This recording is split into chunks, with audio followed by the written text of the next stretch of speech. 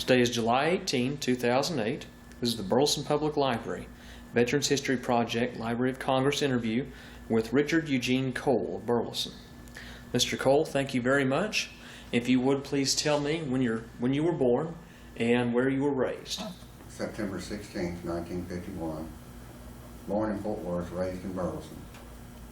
And what was your childhood like? Very productive and active on the farm, small farm, growing vegetables, growing animals, pigs, birds, trying to keep the family fed. Hoeing the garden, weeding the garden. Very productive, enjoyable. Kept me more healthy than living in the city. And where did you go to school? Burleson school system from 1957 and graduated in 1971. And what brought you into the military? Well, my parents were not going to be able to provide college money for me. My lottery number come up to where I would be drafted, so I went ahead and decided to join the military for the benefits and the training, of which I wanted to be a military policeman. And that's how I started. I joined and got my duty stations, and I'm very proud that I did. And where did you receive your training? I got my basic training at Fort Polk, Louisiana. My military police school training was in Fort Gordon, Georgia, and follow-up training at Fort Hood for different aspects of police and law enforcement. We had small monthly classes to update us in our skills as traffic accident investigators, crime scene protectors, investigation of crimes, both federal murders and or theft or breaking and entering. What made you choose law enforcement? For some reason, all my life, that's what I wanted to do, even though my mom, she protested because of the dangers involved and stuff. Now, what kind of duties did you perform? Well, as a patrolman, we patrolled just like regular police officers do, but we fell under federal authority. I was stationed at Fort Hood, and there's about 350,000 GIs on that post at the time, and at that time it covered 350 square miles, and it was like working a major city as far as law enforcement. And we had to work local with smaller towns down there during paydays and stuff, because they didn't have the manpower. So we patrolled downtown with them, and, as well as on the street in automobiles, and worked for the sheriff's department, the county sheriffs, the state highway patrolman, and whatever. Did you ever have any altercations, or? Oh yes. Quite often we would catch young men stealing, breaking in cars, breaking into motor pools, and generally the way I was trained, you psychologically can stop a person if you use the right psychology on them. For instance, I stopped one young man and he got a little bit smart with me. In the military, you can get disorderly conduct. There's a civilian law, you can do the same thing. And I'd always give them the chance to hang themselves, whether it be speeding. And if they conducted themselves in the right way, a verbal warning would work as well as a ticket. And I was trained by an older civilian policeman. He'd been doing police work like 25 years. And he wanted me because we worked well together, and that's what his philosophy was. And I found it to be true. What were some of your other assignments at Fort Hood?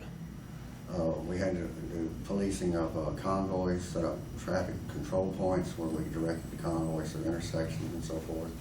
We were set up to go to El Paso, and I was one of the military policemen that we run ahead of the convoys and set up roadblocks or traffic control points for these little towns between Fort Hood and El Paso.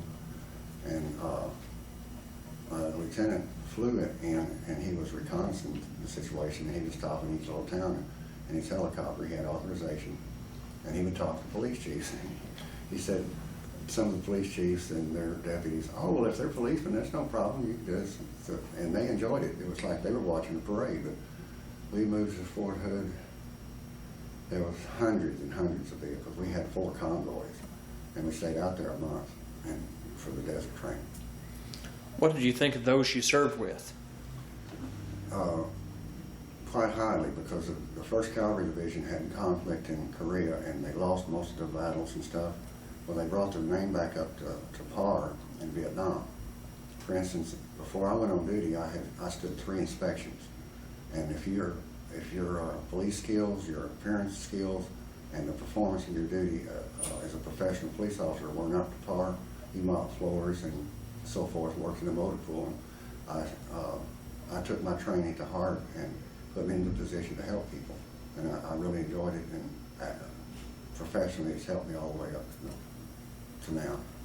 Were you always at Fort Hood, or where were you stationed otherwise? I stayed at Fort Hood 23 months and took a month off, and then went to Europe to Kaiserslautern, Germany, with B Company 94th Military Police Battalion. And it's 43 kilometers from Paris, France on the Saarbrücken Autobahn. What was the reason you went to Germany for? Is it an assignment, or you volunteer? It was an assignment. The last part of my contract said they had a choice for my last year of my active duty to send me where they needed me. And usually then it was Korea or Germany. And Germany was where I went, and I made the best of it. Enjoyed it very much. What did you think during this time about the Vietnam War? Well, having to deal with some of the young men that came from over there at Fort Hood, they would get out partying and get drunk and assault one another. For instance, before I went to Germany, I worked the police radio on MP desk. This one young man got in a fight at an NCO club, stole somebody's car, had a girlfriend, and was running down the road and had an automobile accident. She was killed. He dumped her body out, and she'd already been stabbed by him. He went on down the road and ended up having a wreck of a train. So there was 3 people killed in the performance of less than a 2-hour period of time. And that happened quite often due to the fact of the amount of GIs that we had down there. All branches were represented because of the size of the post. 1st Cavalry was the biggest division. There was the 2nd Army Division also down there. What was the reaction to some of the civilians you came into contact with? Well, most of them from the smaller towns were used to having GIs around, and they really liked the productivity of the money and influx and so forth. And for the most part, they would get along with you and stuff. Some people who run a business don't know. They want their money for that business to be successful. One of our biggest days as far as police work was the 1st and 15th. They had one street in Killeen, it was called D Avenue, and that's where the prostitutes hung out. It was a street with about 20-foot sidewalks, and that's all that went on. The first time I got on patrol, we stopped one man. He had a loaded revolver. He had warrants for federal aggravated assault, and this was my first patrol downtown. And we didn't even make it around the block. We did the block and arrested 2 other people. They didn't allow them to have. It was a war-ready post, so they had to come downtown in either civilian clothes or their dress uniforms. And it taught me a whole lot. So what did you do over in Germany? Basically the same thing. Patrol, traffic accidents, burglary investigations, theft, assaults. At that time, the German police had their authority back, but they had to work with us because we were basically still occupying Germany. And a year before I got there, the young men had 6 weeks of orientation. I had 6 days of orientation. I had to learn German. I had to learn the basics before I could go out on patrol. And they were cutting back all the money that they could. We had 6 patrols that covered 600 square miles. And that the country of Germany is about the size of the state of Washington or Georgia, Washington state. And we had to patrol it. Water, rain, snow. And I was told Germany didn't have any bad weather where I was going. Well, it snowed twice, 6 foot deep. And that was the year that European people were dying of heat stroke because the summer got 85 degrees. And the summer's only like 6 weeks. Well, tell me a little more about Germany. What was your interaction with the local people there? I mean, it's 20 years after the war, but what did they think of Americans? Well, I had to go into the Law School Army Medical Center Hospital. I met a German lady who worked for our hospital system for 10 years. But she kind of became my German mother. She helped me with my German. We went sightseeing together, and I helped her phrase her English better. Because she spoke English like they do German. Over there I'm going, instead of I'm going over there. And we worked well together. And like I said, she'd take me sightseeing, and there was a big black market situation going on over there for cigarette, alcohol, gasoline rations, coffee, and whatever. And most of the time I forced myself on the economy to learn their customs, ride the buses and the trains, and not to put our system down, but it was easier for me to ride German buses and trains than it is the Fort Worth DART system. I mean, Dallas DART or Fort Worth T, because they're always changing it. And I enjoyed the German people. What was your most rewarding experience in Germany, either in service or just out? One particular incident, we got a call on the police radio. I was in the MP station. A young man was disrobing himself in the middle of a field. We sent a van. We had a traffic accident investigation van. We took him, and there was 4 of us. We didn't know what the situation was. There was a big drug problem in Germany because you can go to a drugstore with a doctor's prescription and get any kind of drug you could want. When we got there, we got the man subdued. And he told us that he had LSD. We got him back to the MP station, got him processed to the hospital and so forth. Well, he came back to, and he would see me on my little concern is what it was, a little post where our barracks were. And he thanked me for helping him through that situation. And it happened to me again. A young man had been there like 4 or 5 years. Well, my first day on patrol, I was patting him down. They was pushing a car down the street. It was like 3 or 4 o'clock in the morning. I touched him at the middle of his stomach, and a bag of marijuana fell out. But he turned his life around because I showed him ways that he could get his education and get ready for civilian life. And the gratitude that he felt for me, rather than keeping himself buried in a party atmosphere, whether it be drunk on alcohol or high on whatever drugs that you can find. And it was easy to find drugs in Germany. What was the most challenging situation you faced? Well, in Germany, they had what they call reforger. Our patrols or army personnel from here would go over there just like we were invading Germany like during World War II. We had to exercise the equipment and so forth. Well, the young men would think that they wouldn't get in trouble in Germany by doing bad things because they were from the States. For instance, one night the theater let out, and about 200 or 300 of them decided to go down the streets, turning over cars, breaking windows, beating up people, and so forth and so on. And they didn't think they'd get caught. Well, we herded them up with our jeeps like you herd cattle, made them stand in formation, and we had the highest ranking person we had was a major, and the lowest one was a private. And my patrol supervisor marched them to the military police station. We did a lineup, and I walked the young man they assaulted through the lineup, and they picked out the ones that did it. And I stayed with him until we got into the hospital. And they stomped on his face, they, kicked him and whatever. We were all of the same branch of the service. We were there to protect Europe and ourselves. It's very psychological and unsettling, but for the most part, that was my gratification, seeing people taken care of in desperate physical situations. I got in some trouble because they were listening to me more than they were my patrol supervisor. But I was trained, and in my frame of mind, it kept people from getting hurt worse. And sometimes your command voice is what they call it in the military. You can control somebody sternly, and I don't blink my eyes very often because the injuries I had in an auto accident back when I was a kid. But psychologically, you can control someone without physically getting their attention. Tell me about some of the people you served with. Did you make any friends or lasting friendships? I had a real good friend down at Fort Hood. His name was Kenny Carr. He was from Fort Myers, Florida, which is the Gulf Coast of Florida, and about the same age. And we worked together quite well.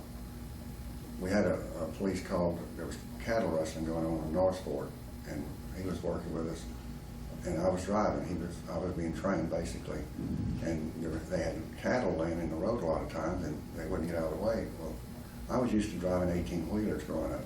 Got a commercial license when I was 16, 17 years old.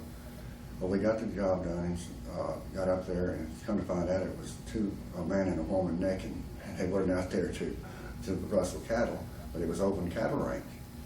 So we got back to the MP station on break, and I heard him telling the desk sergeant, he said, yeah, a man Cole just didn't even have any problem for those cattle. He just weaved through them, and our cars could run like 140 miles an hour. They were police interceptors and so forth. And I got a kick out of it, the way he was graphically explaining to the desk sergeant that I didn't have any problems taking those 35-mile-an-hour curves and stuff. And he and I, his girlfriend moved to, or transferred to Korea, and they had an apartment, so he and I took over the apartment, and it worked out real well for me. It's good to have close friends that you can share things with. It's nice to party with them, but when you can work with them in that kind of dangerous occupation, it's good to be able to trust people. How long were you in Germany?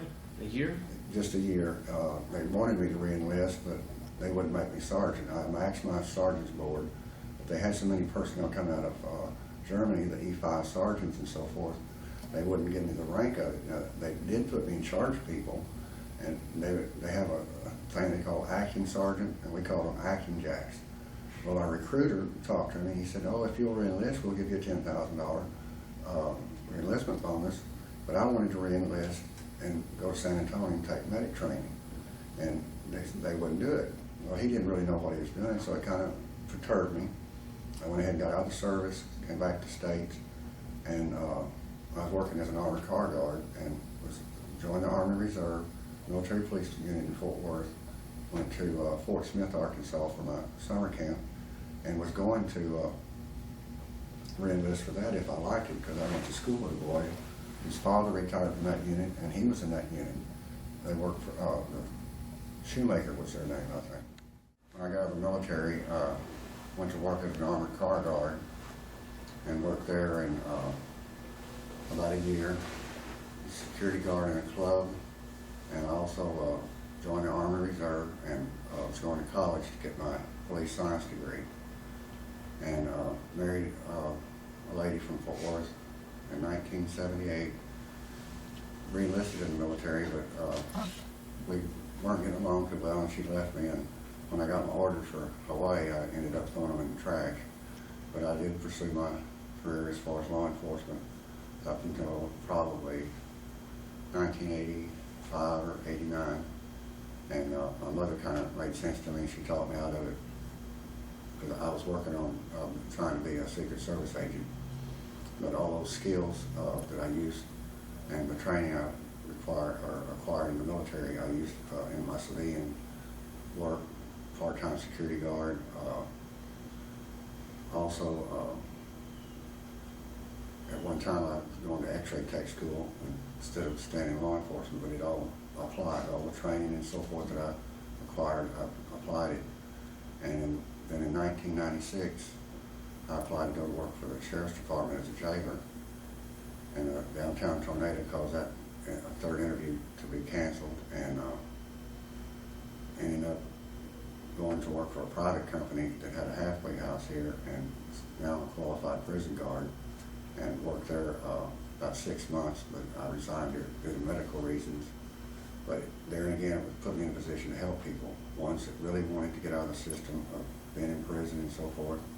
I had a classmate go through this program while I was there, and all he wanted to do was get out and raise his grandchildren. It was all due to a DWI, and he physically assaulted some officers at Mansfield, where this private company had a facility.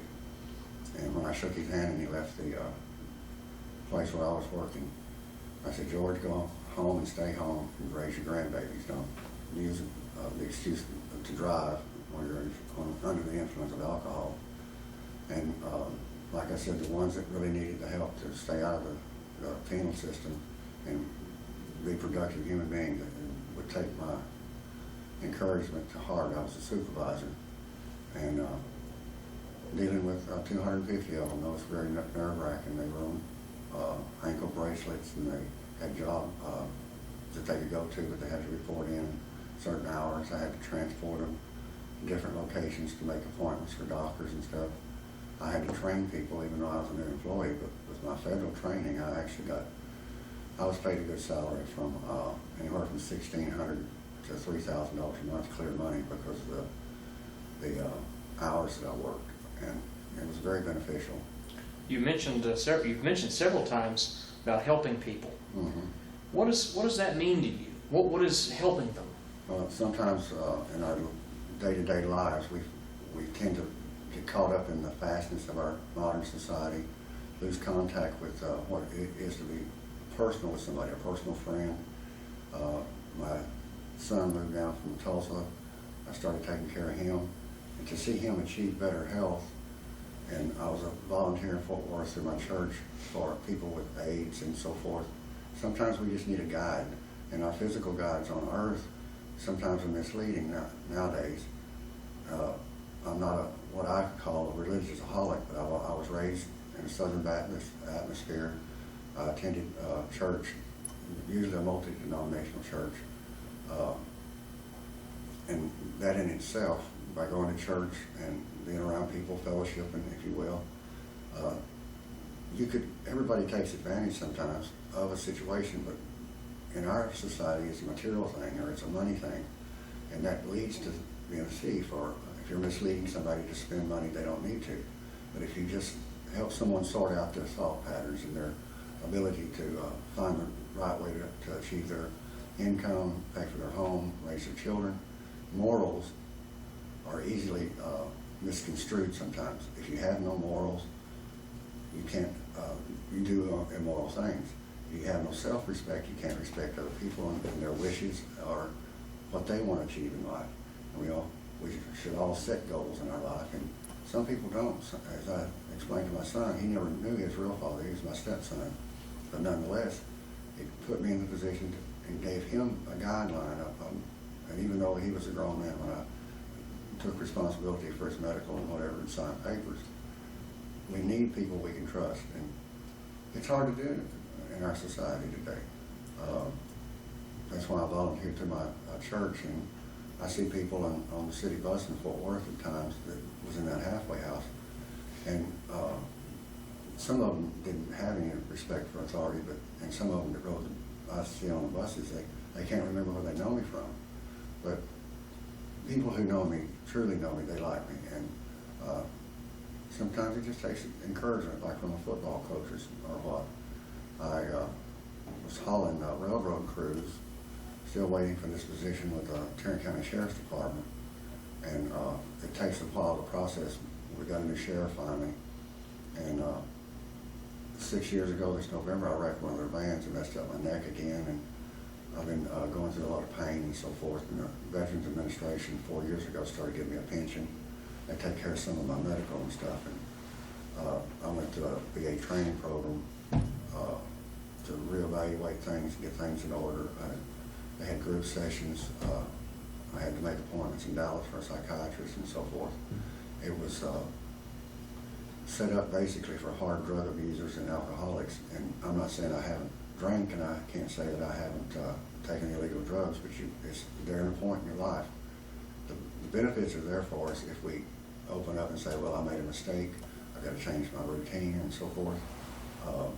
Some people don't have that guide, a personal guide or a friend that will not intentionally mislead them. And I'm usually kind of quiet. I've worked in clubs a lot, bartending and whatever, part-time work. And if I feel comfortable with someone, I can open up and communicate with them. But it's easier for me just to watch mannerisms, and I'm a people type person, people watcher, and sang in church and school choir. I never sang a solo until I did karaoke in a club. And I do a lot of the George Strait stuff, and I don't read music, but it's a release, and I really enjoyed it. What do you think of your service today, looking back 30 years ago? There's parts of it I would change, but for the most part, I wouldn't I would love to go, I wouldn't change. Like, if I could go back, I'd do it all over again because the training, the ability, the people, the influx of different nationalities, to be able to speak to foreign people, you have to be distinctive in your way you pronounce words and so forth. I grew up with Mexican people and I could speak some Spanish or Mexican, but it was unique that they kind of thrust German onto me, and I knew I had to do it because I didn't want to work in the motor pool or work in the kitchen or whatever. I wanted to be a policeman, so I thrust myself onto the economy and forced myself to learn the phrases that I needed to do to order food or ride the transit system over there. And, my German mother wanted me to stay and go to work for her husband because he was a civilian contractor. And I jokingly said to my mom on the telephone, because I called from Germany, and there was like 3 or 4 minutes of dead silence when I told my mother that. And I said, Mother, this is costing a lot of money. I was just joking. But it was very commendable. And the Army Reserve was the same, but they had a different attitude. They were basically civilians that had to come in once a month, and then they weren't on a permanent duty. 9 times out of 10, they were college students who didn't want to go to Vietnam, so therefore they joined the Reserve or the National Guard. But in the same sense, they were civilian police officers. That way they would have been brought to active duty and so forth. And I was a training NCO, so I was training one professional police officer how to do his job in a totally different world. And the military is totally different than civilian life. There's, for instance, if you're right-handed, you usually start marching or walking on your right foot. Well, military is opposite. You start off from your left. And it's, they want it done their way. And I was well-disciplined when I went to the military, which helped me because as a military policeman, I was correcting somebody else. If you're going to correct somebody for not having a hat on, and you're not wearing your hat properly, and therefore it kind of a domino effect. When I went to sign up for the service, there were 6 written tests that you have to pass. And to be a military policeman at that time, I had to pass 4 of them with over 100. Well, I passed 5 with over 100, and they wanted me to be an officer. But I knew I wouldn't learn the job as well as an officer as I did an enlisted person. And at Fort Gordon, Georgia, the military called it hands-on training. You go to the classroom, read the books, get the instruction, and then you go into the field or martial arts and application of law and so forth. And at that time, I was training at the same level as the FBI because the Pentagon, they were trying to make a separate division of policemen for armed services. And the Pentagon didn't go along with it because they wouldn't have any control over them until that fell through.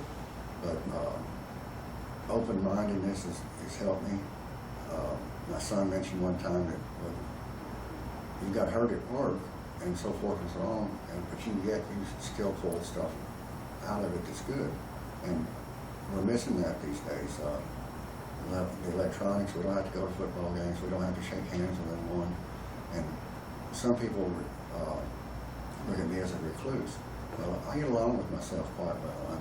I like watching TV, I like listening to soft music and so forth. And some of the people that have known me for 30 years, they haven't seen me, like for instance, I bartended before, off and on for 30 years, and they never saw me smoke. Well, you don't do it at your job. You don't do anything that's going to jeopardize your job.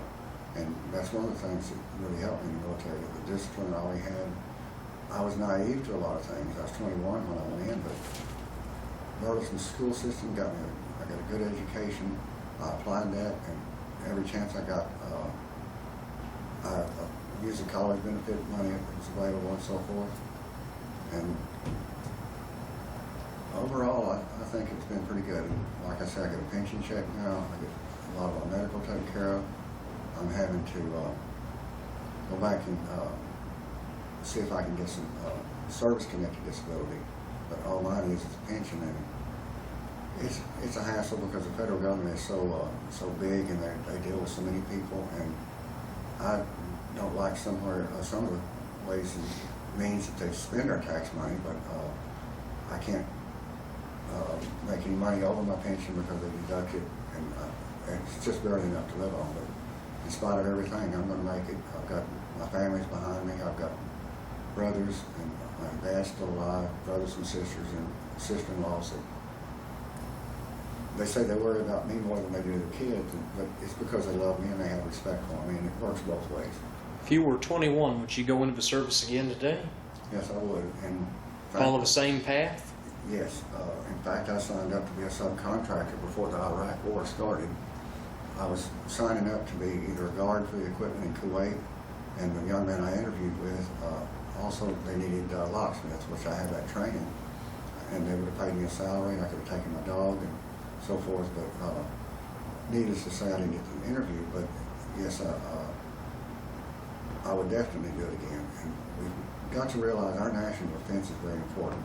It doesn't just stop at your front door as far as protecting your property and family. It extends past that.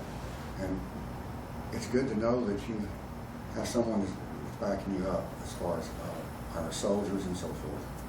I got a niece that recently married, and her husband's been over there twice.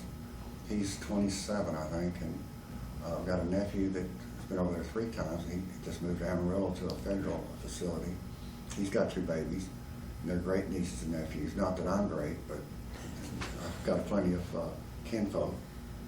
My parents helped raise 11 kids, and my mom passed 17 years ago this June, and Dad's still alive. He's 81 years old and remarried and lives just the other side of the Burleson airport. Is there anything else that you'd like to add? Oh, I think I've covered it. Still have faith in my government, and hopefully we're going to get this gasoline and the economy in control and in check. And there's somebody, the state, and everyone's feeling the crunch. And I was always told little old sayings growing up: when the price of gasoline and a gallon of milk are about the same, we're in trouble. And that's fluctuating right now about the same. And all in all, I think I've had a good life. And Mr. Cole, thank you very much for coming in and speaking with us. you're quite welcome, Robert. And any way I can